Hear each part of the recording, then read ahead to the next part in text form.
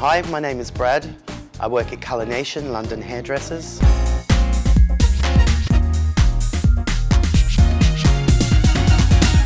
I'm going to show you how to choose highlights and lowlights. So if we look at the natural hair colour, which is about a natural level 7, one of the highlights that we use in our foils is going to be a bleach and a 6% peroxide.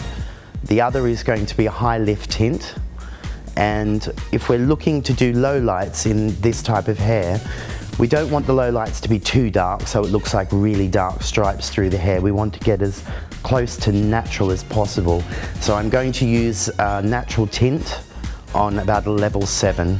And I'm going to use that with about a 2%. We use Weller Pastel, which is about 2% peroxide, which is going to bring the colour down and tint it, but it's not going to make it go so dark.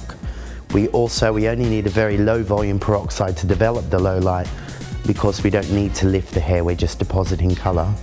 When we're choosing low lights to go over blonde hair, one of the most important things to remember is when your hair has been lifted up to this light in the ends, all the warmth has been taken out of it and the red pigment and the underlying warm pigment has been taken out. So when we're putting in a natural brown back over the top, it does need to have some warmth in it. If we put on a low light that's too ashy or too flat in colour, that's when you start to get your green hair and you start to get a really matte colour. So we do need to deposit a little bit of warmth back into the hair to do a low light over very blonde. So for face highlights and lowlights, we want the end result to be quite natural. So we've chosen our ash blonde, a warm blonde and a low light.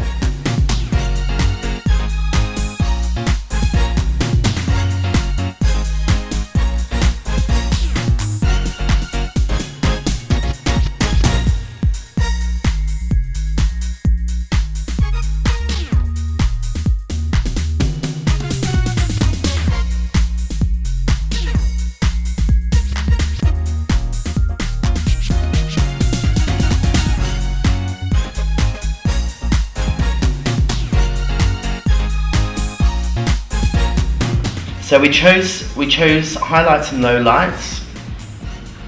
We've used our ash blonde, a golden blonde, and we've used a natural brown for the lowlights. And that's how you choose hair highlights and lowlights.